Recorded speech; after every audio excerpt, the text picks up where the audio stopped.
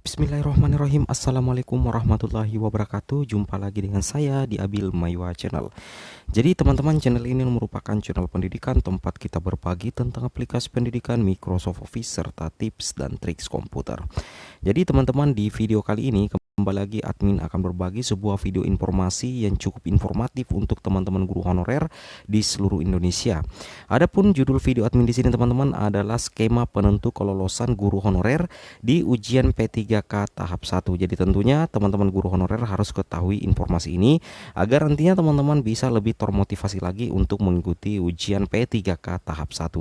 Jadi perlu teman-teman pahami bahwa kita selalu berdasarkan di Permenpan RB nomor 28 tahun 2021, yang mana kita pahami sendiri bahwa jika di sekolah induk itu ada formasi linier yang disediakan, maka guru honorer induk wajib mendaftar atau melamar formasi di sekolah tersebut. Nah, di sini kita akan buat sebuah permisalan seperti ini teman-teman untuk penentu skema kelulusan. Nah, sebelumnya teman-teman harus memahami untuk penentu kelulusan itu sebenarnya ada dua. Yang pertama itu teman-teman mencapai passing grade atau mencapai nilai ambang batas, dan yang kedua adalah berperingkat terbaik.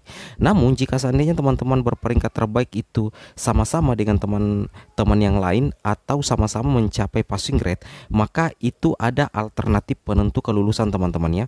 Yang pertama itu adalah kita melihat nilai kompetensi teknis yang tertinggi. Nah, jika seandainya nilai kompetensi teknis itu masih sama, maka akan dilihat nilai akhir kumulatif antara kompetensi manajerial dan kompetensi sosiokultural. Yang mana tertinggi itulah yang akan lolos menjadi guru P3K di tahap 1. Kemudian jika masih sama, ternyata itu yang dilihat adalah wawancara teman-temannya. Siapapun guru honorer wawancaranya paling tinggi atau nilai akhir wawancaranya paling tinggi dalam satu sekolah, jika nilainya selalu sama, maka dialah yang lolos P3K. Dan ternyata jika nilai wawancaranya masih sama juga, maka akan dilihat ini yang paling terakhir, yaitu jika nilai sebagaimana dimaksud dalam huruf C masih sama, maka penentu kelulusan itu didasarkan pada usia pelamar yang tertinggi. Seperti itu teman-teman ya. Nah, di sini kita bisa lihat sendiri teman-teman ya, sebuah permisalan yang kita buat untuk penentu skema terbaru. Nah, di sini anggaplah ada 3 guru honorer di sekolah A, di sekolah SD 96 Uru yang melamar formasi, yang mana di SD 96 Uru itu formasinya ada 1. Sedangkan guru honorer yang mengajar di SD 96 Uru itu ternyata ada 3 guru honorer yang linier.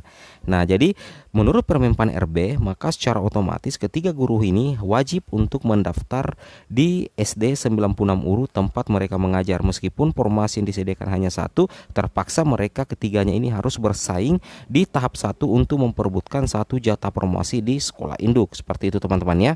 Nah, di sini ternyata setelah melalui proses seleksi yang cukup ketat, maka didapatkanlah hasil nilai yang seperti ini.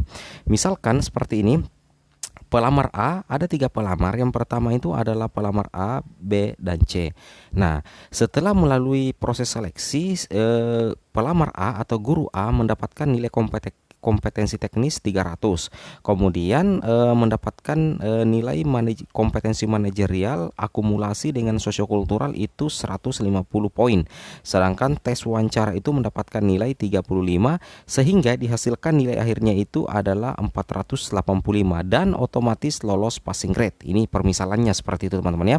Kemudian guru B itu mendapatkan nilai kompetensi 300 teman-teman ya. Kemudian mendapatkan nilai kompetensi manajerial akumulasi sosiokultural itu 160, kemudian mendapatkan nilai tes wawancara itu 25, sehingga nilai akhir yang didapatkan juga 485, sehingga dinyatakan lolos passing grade atau mencapai ambang batas passing grade.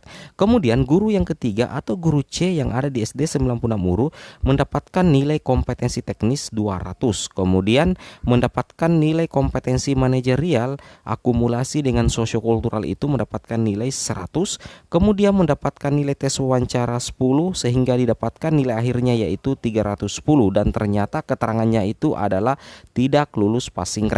Nah, jadi menurut aturan Permenpan RB, guru C ini yang ternyata tidak lolos passing grade itu sudah dinyatakan tidak lulus ASN P3K di tahap 1. Tetapi jangan bersedih dulu, karena nantinya guru C ini tetap bisa ikut P3K di tahap 2. Jadi secara otomatis admin akan menghapus di sini.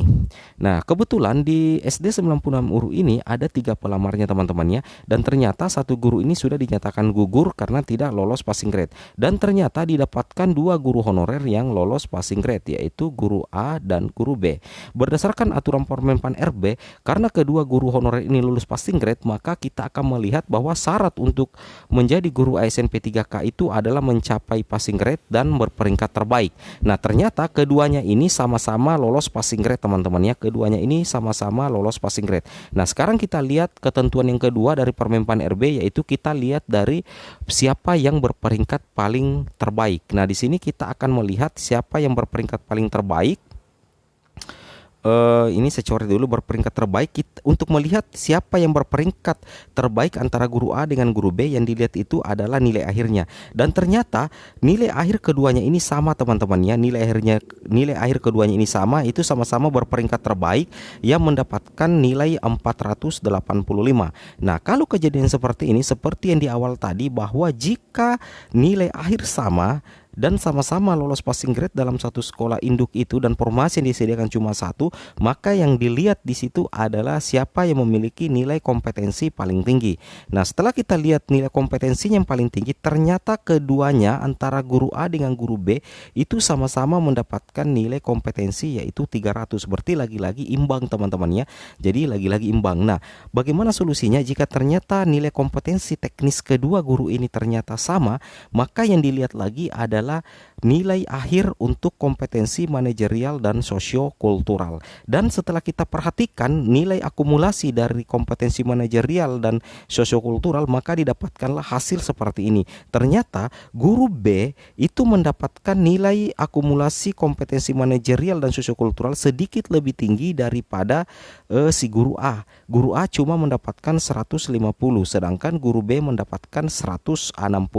Nah, berdasarkan aturan Permenpan RB seperti ini, di sini kita lihat peraturan Menpan RB di sini jelas bahwa jika nilai kompetensi teknis yang tertinggi masih sama, maka yang dilihat itu didasarkan pada nilai kumulatif kompetensi manajerial dan sosiokultural. Nah, di sini kita lihat di poin B, jika nilai sebagaimana dimaksud dalam huruf A masih sama, maka penentuan kelulusan akhir nilai kumulatif kompetensi manajerial dan sosiokultural yang sosial kultural yang paling tertinggi. Nah, di sini kita lihat bahwa ternyata didapatkanlah guru yang berhak untuk mengisi satu formasi di tahap 1 untuk menjadi P3K, yaitu guru B. Kenapa guru B? Karena guru B ini meskipun sama-sama imbang dengan guru A, itu sama-sama nilai akhirnya 485 dan nilai kompetensinya sama-sama 300, tetapi guru B ini sedikit lebih tinggi nilai kompetensi manajerial plus sosiokultural ketimbang guru A.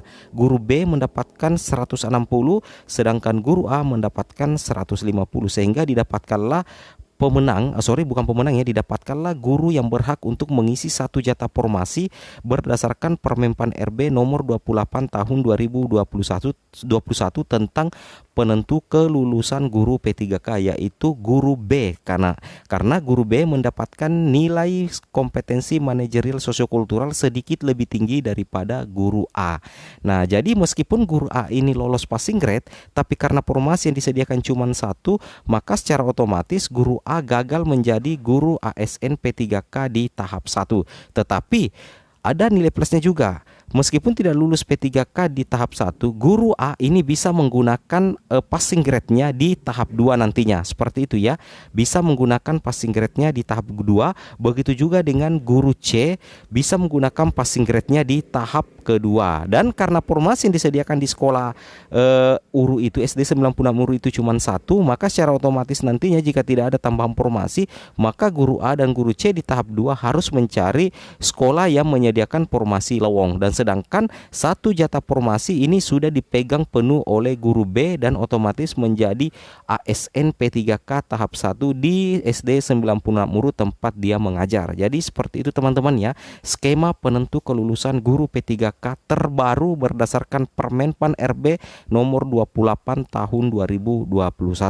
Oke teman-teman, mungkin cukup sampai di sini video informasi admin. Semoga video ini bisa menjadi motivasi buat teman-teman guru honorer untuk meningkatkan kualitasnya, sekaligus bagaimana caranya agar teman-teman bisa lolos passing grade di tahap 1 nantinya. Dan tentunya informasi ini kita selalu berdasarkan di Parmenpan RB nomor 28 tahun 2021. Nah, bagi teman-teman yang masih kurang masih membutuhkan tambahan informasi, silahkan teman-teman komen di kolom komentar. Kita jadikan kolom komentar sebagai ajang silaturahmi, kita jadikan kolom komentar sebagai ajang untuk saling sharing pendapat, dan kita jadikan kolom komentar sebagai ajang untuk menjalin persahabatan. Oke teman-teman, semoga video ini bermanfaat, dan misalkan di video ini ada kesalahannya mohon dimaafkan, dan silakan komen di kolom komentar. Saya akhiri dengan ucapan wabillahi taufik wal hidayat. Assalamualaikum warahmatullahi wabarakatuh.